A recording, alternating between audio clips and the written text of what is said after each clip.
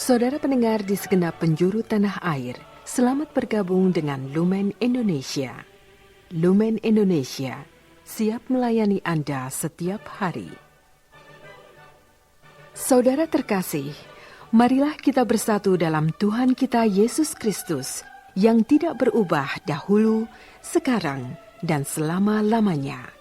Allah Sang Maha Rahim mengasihi dan menerima sebagaimana adanya kita. Allah Bapa kita di surga senantiasa bersedia menolong, menghibur dalam menghadapi segala permasalahan hidup sehari-hari.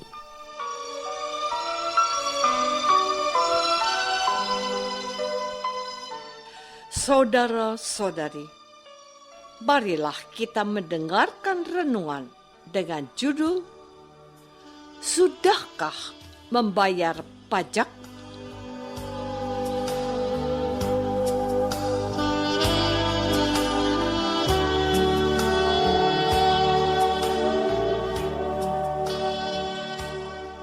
Yang berdasarkan pada Injil Matius bab 17 ayat 24 dan 25.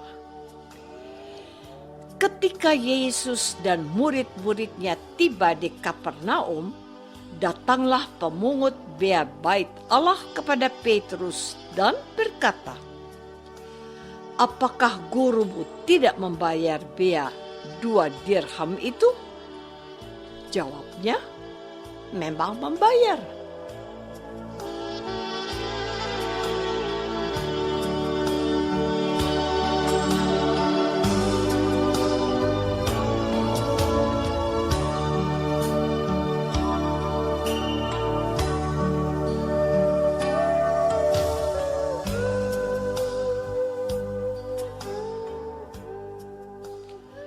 Dalam nama Bapa dan Putra dan Roh Kudus. Amin. Saudara-saudari terkasih dalam nama Tuhan Yesus Kristus, saya sengaja mengutip bagian dialog antara pemungut bea bait Allah dan Petrus murid Yesus ini. Pemungut cukai ini tidak sama dengan pejabat pemungut pajak. Mereka hanyalah kepanjangan tangan mereka. Pemungut bea adalah orang Yahudi yang melaksanakan tugas mengambil uang oleh para penjajah Romawi. Mereka itu dijauhi dan kerap disamakan dengan para pendosa. Dia bertanya kepada Petrus, "Apakah gurunya tidak membayar bea 2 dirham?" Dan Petrus menjawab, "Memang membayar." Uang 2 dirham itu sama dengan gaji pekerja dalam sehari. Pajak atau bea bait Allah adalah pajak yang setiap tahun harus dibayar oleh setiap orang Yahudi. Apa yang dikatakan oleh Petrus kepadanya itu ditanggapi oleh guru Yesus begini, supaya kita jangan menjadi batu sandungan bagi mereka, pergilah memancing ke danau, dan ikan pertama yang kau pancing, tangkaplah dan bukalah mulutnya, maka engkau akan menemukan mata uang 4 dirham di dalamnya. Ambillah itu dan bayarkanlah kepada mereka, bagiku dan bagimu juga. Saudara-saudari terkasih, ada 2 hal, bahkan 3 hal yang menarik perhatian kita pada hari ini. Pertama, Tuhan Yesus memiliki komitmen untuk menyelesaikan tugas dan kewajibannya sebagai orang Yahudi untuk membayar bea bait Allah yang 2 dirham itu. Ia membayar, dan juga untuk Petrus. Kedua, menariknya bahwa 4 dirham untuk membayar bea bait Allah itu tidak diambil dari pemegang kas kelompok Yesus, yaitu Yudas Iskariot, melainkan diperoleh dari kegiatan menangkap ikan yang diperintahkan Yesus kepada Petrus dengan cara memancing, bukan menjala. Ikan yang pertama yang ditangkap, dari sanalah Petrus akan menemukan 4 dirham uang yang cukup untuk membayar kewajiban Yesus dan dirinya. Ketiga, Yesus, Tuhan, tidak ingin merasa memiliki pengecualian untuk tidak membayar bea tersebut, supaya mereka tidak menjadi batu sandungan bagi banyak orang.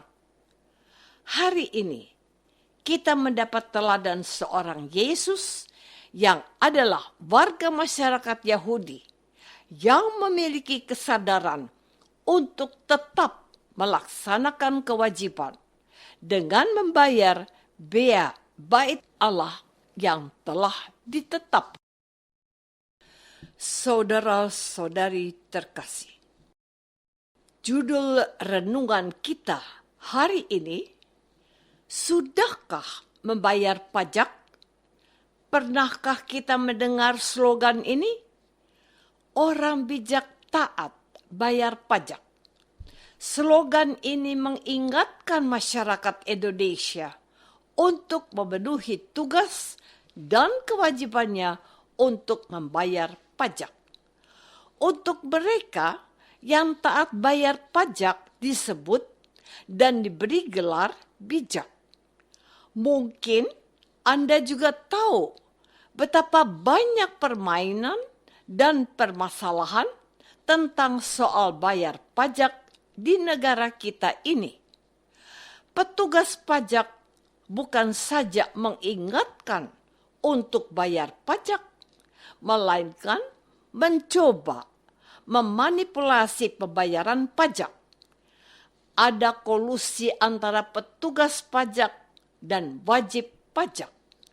Maka gelar yang dahulu menempatkan pemungut bea sebagai pendosa karena menjilat penguasa kekaisaran, tampaknya lebih pas kalau diberikan para petugas pajak yang memanipulasi uang pajak dari wajib pajak.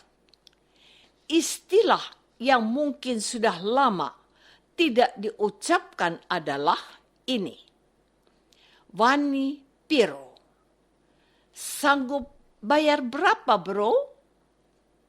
Tarik-menarik kepentingan dan kolusi terjadi. Bayar sejumlah ini saja. Sisanya kita bagi 2. Lalu saya jadi teringat pada perumpamaan Tuhan Yesus tentang bendahara yang tidak jujur yang akan dipecat oleh tuannya. Sebelum dia betul-betul dilengserkan, ia bekerja sama dengan para pemilik utang tuannya untuk menggantikan surat utang yang diperkecil, agar bila kelak ia betul-betul dipecat, ada orang yang mau menampungnya. Perbuatan licik bendahara ini dipuji karena ia mempersiapkan dirinya agar bisa bertahan hidup kalau kehilangan pekerjaannya. Sebab ia tidak sanggup mencangkul dan melakukan pekerjaan lain. Bijaklah tindakan petugas pajak atau bendahara yang tidak jujur ini.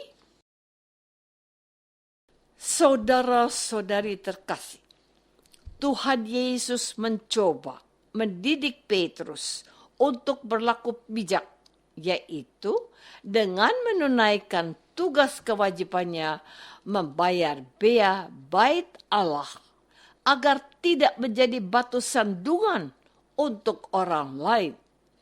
Yesus tidak mau diistimewakan. Petrus juga harus membayar kewajibannya sebagai orang Yahudi yang taat. Kita yang hidup di zaman sekarang ini, sebagai orang Katolik, tidak boleh mencari kesempatan untuk melarikan diri dari kewajiban untuk menjadi warga negara yang baik. Kita dipanggil untuk menjadi orang Katolik yang baik, tetapi juga menjadi warga negara yang terpuji.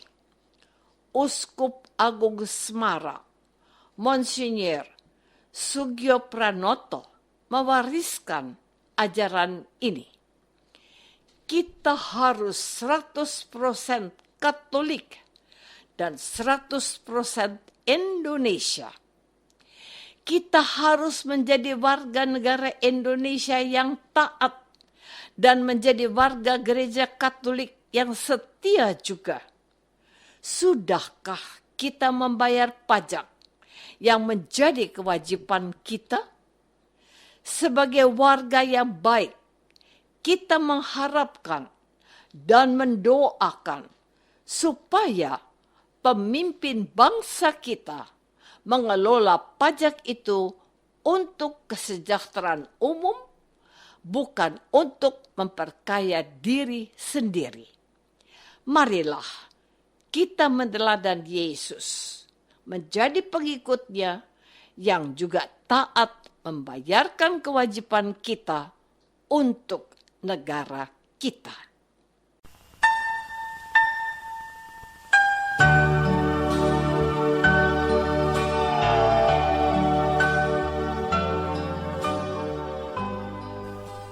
Saudara terkasih, marilah kita masuk dalam saat hening sejenak untuk meresapkan renungan yang baru saja kita dengar bersama dalam kehidupan iman kita masing-masing.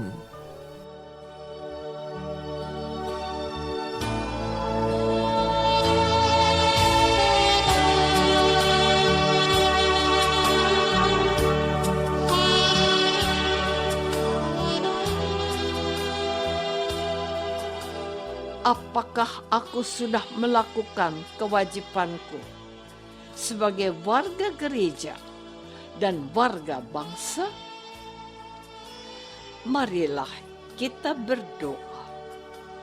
Bapa yang Maha Baik, hari ini kami diberi teladan baik oleh Yesus untuk melakukan kewajiban kami sebagai warga gereja yang baik, untuk menyatakan diri kami sebagai murid-Nya yang setia.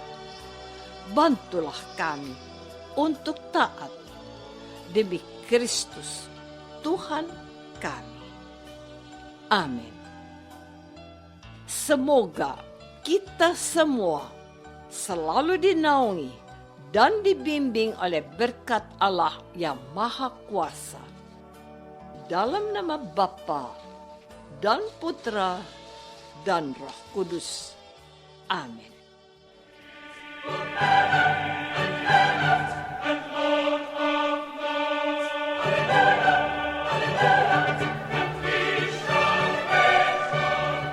Dengan penuh kasih dan sukacita, Lumen Indonesia mengundang saudara-saudara seiman di segenap penjuru tanah air. Sekiranya ada tanggapan ataupun saran, kirimkan surat Anda ke Lumen Indonesia. Terima kasih atas perhatian Anda. Sampai berjumpa lagi dengan Lumen Indonesia pada waktu dan gelombang yang sama esok hari.